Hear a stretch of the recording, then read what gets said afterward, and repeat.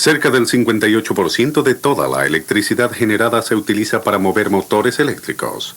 Hacerlos funcionar correctamente requiere saber qué clase de mantenimiento necesitan los diferentes tipos de motores, cómo hacerlo y la manera de probar e investigar daños en motores que fallen. En este programa, iniciaremos nuestro estudio de los motores de acuerdo con su construcción básica y sus características de operación. Empecemos con el hecho más importante de todos los motores eléctricos. Cualquier motor es realmente un mecanismo convertidor de energía. Transforma energía eléctrica en energía mecánica. La corriente eléctrica hace girar el eje del motor y el eje impulsa una carga mecánica y realiza el trabajo. Pero también existen diferencias entre motores. Una de las más importantes es que los motores vienen a distintos caballos de fuerza. A mayor cantidad de caballos especificados en la placa del motor, más poderoso será. Para entender el significado de potencia nominal de caballaje, primero tenemos que comprender otras cosas: torsión y trabajo. La carga impulsada por un motor puede rotar tal como un aspa de ventilador o un impulsor de bomba al mover aire o fluidos. O la carga puede moverse en línea recta como una correa transportadora o como el mecanismo que mueve la cabeza cortante en una fresadora. Pero como quiera que es movida la carga, el eje de un motor rota. La fuerza que ejerce es siempre una fuerza giratoria llamada torsión. Una fuerza en línea recta o un jalón o empujón ordinarios pueden medirse en libras o newtons. Pero torsión se mide de modo diferente. Tomemos el caso de un motor que acciona un winche. Para izar este peso de 50 libras, el winche deberá alar con una fuerza en línea recta de 50 libras. ¿Pero cuánta torsión tendrá que producir el motor?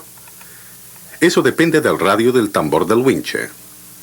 La torsión que produce un motor se mide multiplicando la cantidad de fuerza que realizará por la distancia entre el centro del eje y el punto donde se aplica la fuerza. En este caso, el borde del winche. Si el tambor del winche es de 3 pies de diámetro, su radio es de 1.5 pies. Por tanto, el motor deberá ejecutar 75 libras-pie de torsión para levantar el peso. ¿Qué sucede si se aumenta la carga a 100 libras? Un motor siempre responderá a un cambio en la carga produciendo la cantidad de torsión demandada. El motor entonces tendrá que realizar 150 libras-pie de torsión. Si las demandas de torsión están dentro de sus capacidades, moverá la carga. Ahora observemos la carga que un motor está impulsando. Un motor realiza trabajo cuando aplica fuerza para mover algo a través de una distancia. Así es como se define trabajo mecánico. La fuerza en libras, newtons u otra unidad, por la distancia en pies, pulgadas o metros que la fuerza mueve algo. Si un motor realiza torsión de manera que jala con 50 libras y este jalón mueve la carga 10 pies, el motor ha hecho 10 por 50 o 500 libras-pie de trabajo. Si usted espera hasta que la carga se haya movido 20 pies, el motor habrá hecho 1000 libras-pie de trabajo. Tenga cuidado de no confundir torsión y trabajo. Torsión es una fuerza giratoria que produce una cierta fuerza de empuje o de arrastre a una cierta distancia del centro del eje del motor. Trabajo es la fuerza por la distancia que una fuerza dada mueve algo. Ahora, cuando usted observa la placa de un motor, no verá nada acerca del trabajo que puede realizar o de la torsión que ejerce. Pero sí verá la potencia nominal de caballaje o HP. Potencia es el promedio de hacer un trabajo o cuán rápido se ejecuta. Cualquier motor, no importa cuán pequeño sea, realizará una cantidad de trabajo. Pero mientras más poderoso es, más rápido lo hará. Para producir un caballo de fuerza, un motor debe ejecutar 550 libras-pie de trabajo en un segundo o 33.000 libras-pie de trabajo por minuto. Potencia está relacionada con ambas, la velocidad del eje y la torsión. A mayor torsión que realice un motor, mayor la carga que moverá. Mientras más rápido gire el eje, más rápido se moverá una carga en particular. Esta simple fórmula relaciona torsión en libras-pie y la velocidad del motor en revoluciones por minuto con los caballos de fuerza. Si un motor está girando a 1750 revoluciones por minuto, por ejemplo, debe realizar 3 libras-pie de torsión para producir un caballo de fuerza. También producirá 1 caballo de fuerza si ejecuta 5 libras-pie de torsión y funciona a 1050 revoluciones por minuto. Bien, ahora vamos a mirar dentro de un motor y ver cómo produce torsión y caballos de fuerza. Mecánicamente, todos los motores eléctricos tienen solo 2 partes principales. Una de ellas gira. Incluye un eje y un rotor. Un cojinete sostiene al eje en cada punta. La otra parte es fija. Esta incluye el estator, el armazón y las placas laterales que sostienen los cojinetes. Ahora bien, tanto el rotor como el estator son esencialmente imanes. Y esa es realmente la clave de cómo trabaja un motor. No sabemos exactamente por qué imanes se comportan como tal, pero todos tienen un polo norte y un polo sur producidos por una fuerza magnética o campo llamado flujo magnético. El flujo magnético pasa a través del imán y lo rodea. Cuando usted coloca 2 imanes de manera que sus polos norte y sus polos sur estén juntos, el flujo magnético de los imanes produce una fuerza de repulsión. Los polos semejantes se repelen. Pero cuando usted coloca 2 polos diferentes, uno norte y otro sur, juntos, ocurre el efecto opuesto. Los polos contrarios se atraen y son jalados el uno hacia el otro. Mientras más fuertes sean los imanes, más poderosa será esta repulsión y esta atracción. Hemos fijado en sitio estos imanes con los polos opuestos dirigidos hacia el otro, norte y sur, para mostrar cómo un motor ejerce torsión. Estos serán nuestros imanes estatores. Cuando pivotamos un tercer imán, un rotor entre ellos, las fuerzas de los polos magnéticos harán que gire. Y a medida que gira, el rotor está ejerciendo torsión. Pero una vez que los polos del rotor se han alineado norte a sur con los polos estatores, se detiene. Con el objeto de continuar generando torsión, debemos facilitar un medio para mantener al rotor girando. La única forma de hacerlo es invertir los polos, bien sea en el imán rotor o en los imanes estatores fijos, justo cuando los polos se estén alineando. El imán rotor sería entonces empujado y atraído otra media vuelta. Podemos realizar esto si reemplazamos nuestros imanes estatores permanentes o el imán rotor, o ambos, con electroimanes. Un electroimán es una bobina de alambre enrollado en un núcleo de hierro no magnetizado. La corriente en el alambre produce polos magnéticos como los de los imanes permanentes. Cuál polo es norte y cuál polo es sur depende de la dirección en que se mueva la corriente. Al invertir la corriente logramos invertir los polos. Ahora podemos mantener al rotor girando si cambiamos la corriente en cualquiera de las bobinas del rotor o del estator en el momento preciso.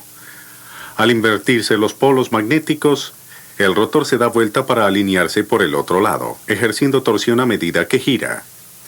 Si continuamos este proceso de invertir los polos magnéticos norte a sur a norte, etc., el rotor continuará girando en círculo y ejercerá una torsión continua. Todos los motores utilizan electroimanes, sea para el rotor, el estator o ambos. Estos electroimanes son muy variados en cuanto al calibre del alambre y al número de vueltas.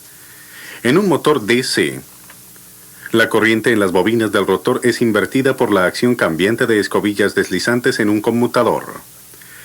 La segunda de estas lecciones se trata específicamente de los motores DC. En un motor AC, corriente alterna es aplicada a las bobinas del estator, haciendo que los polos estatores se inviertan automáticamente. Estudiaremos los motores AC tanto monofásicos como trifásicos en la lección 3. Ahora veamos cómo está hecho un motor y por qué. La mayoría de motores son pesados, pues tienen una gran cantidad de metal pesado, por lo general acero y cobre. El cobre en la mayoría de motores se halla en forma de bobinas de alambre llamados devanados. Conducen la corriente que crea los polos magnéticos. En la mayoría de los devanados, la resistencia se mantiene tan baja como sea posible porque la corriente que pasa a través de la resistencia produce calor y, como veremos, el calor es el principal destructor de los motores. Puesto que el acero conduce el flujo magnético mucho mejor que el aire y permite establecer fuerzas magnéticas más poderosas, usted encontrará gran cantidad de acero en un motor. Los motores se construyen para que prácticamente todo el flujo sea conducido por acero. Casi todo el armazón y la carcasa del motor forman parte del campo magnético del estator. El único sitio donde el flujo debe cruzar por el aire es el espacio entre el rotor y el estator. Puesto que este espacio es un gran obstáculo, se conserva tan estrecho como sea posible. Otra razón por la que exista tanto acero en un motor es que el espacio de aire entre el estator y el rotor debe ser precisamente mantenido para que el rotor no frote sobre el estator. El armazón tiene que ser fuerte porque los devanados dentro de un motor están sujetos a fuerzas elevadas. Las fuerzas magnéticas en los devanados de ambos, el estator y el rotor, pueden de hecho forzarlos fuera de posición. Por eso los devanados son atados firmemente para prevenir cualquier movimiento que pudiera rozar a través del aislamiento. Los devanados del rotor también están sometidos a fuerzas centrífugas y usualmente son fijados para impedir que salgan volando de sus ranuras. Bien, hemos visto cómo está hecho un motor de modo que la corriente produzca campos magnéticos y cómo los campos magnéticos producen torsión y caballos de fuerza.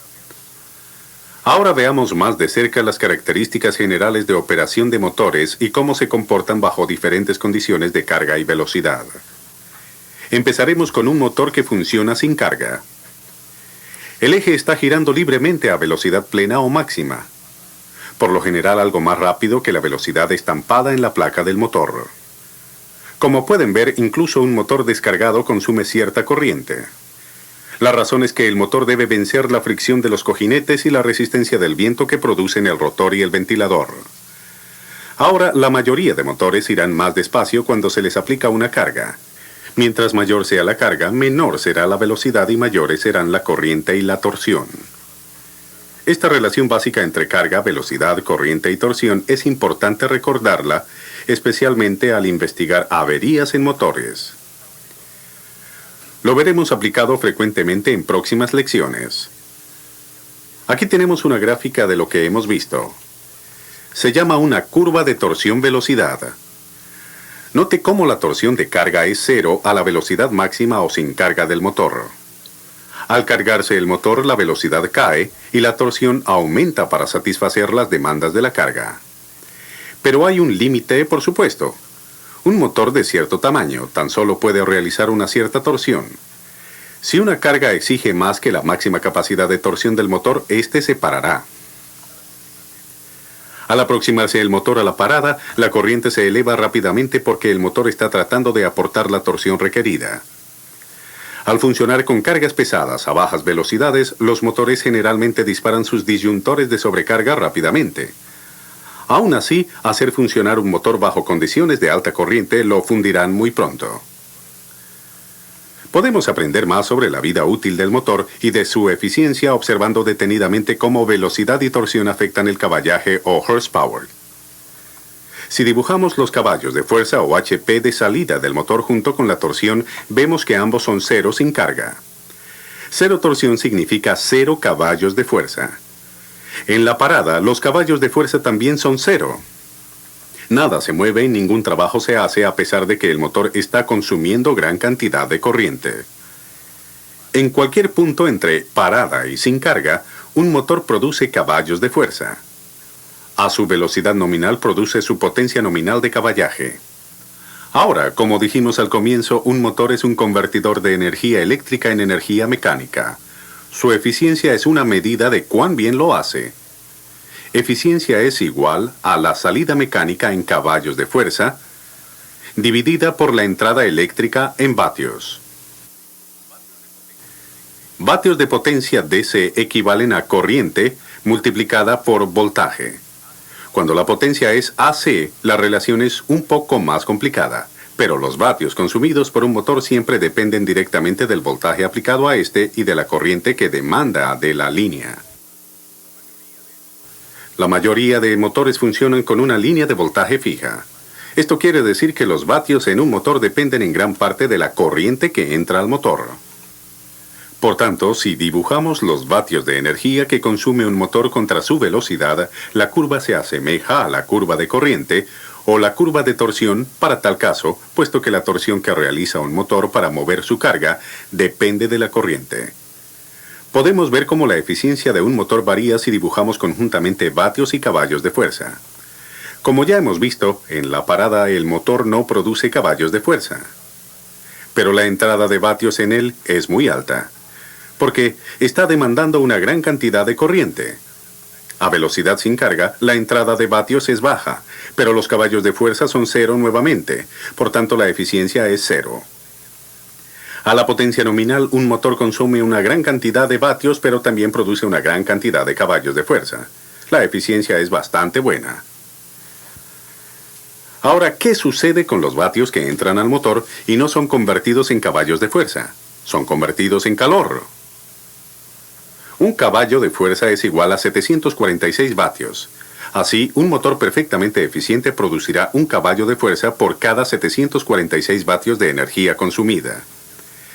En la práctica, puesto que los motores no son perfectamente eficientes, siempre se necesitan más de 746 vatios para producir un caballo de fuerza. Los vatios extras calientan el motor.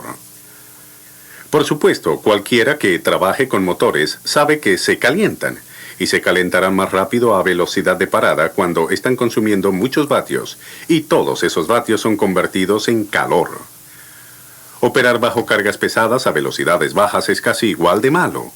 A máxima potencia, la eficiencia es alta, pero la diferencia entre los vatios consumidos y los caballos producidos es aún grande, y un motor se calentará si funciona bajo estas condiciones por largo tiempo. A la potencia nominal de caballaje, un motor se calentará relativamente poco. En efecto, esto es lo que significa potencia nominal de caballaje. Es el máximo de caballos de fuerza que un motor puede producir sin calentarse tanto como para que el aislamiento interno se dañe. Lo que todo esto significa para la persona responsable del funcionamiento apropiado de motores es que estos no deben sobrecargarse ni esperar a que produzcan más que su potencia nominal de caballaje por demasiado tiempo. En la práctica, gran parte del mantenimiento de motores significa mantener baja la fricción en ellos y su equipo asociado. Una fricción alta aumenta la carga de un motor y lo hace más propenso a recalentarse y a fundirse. El mantenimiento también deberá asegurar que el motor pueda librarse de cualquier calor que produzca. Instalar y conectar un motor exige una cuidadosa atención a la colocación de los disyuntores de sobrecarga. Estos monitorean la corriente al motor y se disparan cuando la corriente es mayor a la corriente nominal de carga plena por demasiado tiempo. Su propósito es evitar que el motor se queme bajo condiciones de sobrecarga. Investigar fallas en un motor es a menudo detectar cuando un motor está sobrecargado y localizar la causa. El mantenimiento y la investigación de averías en motores requiere una buena comprensión de por qué fallan y cómo mantenerlos funcionando a la máxima eficiencia. En las lecciones a continuación examinaremos más acerca de los diversos tipos de motores y cómo trabajar con ellos.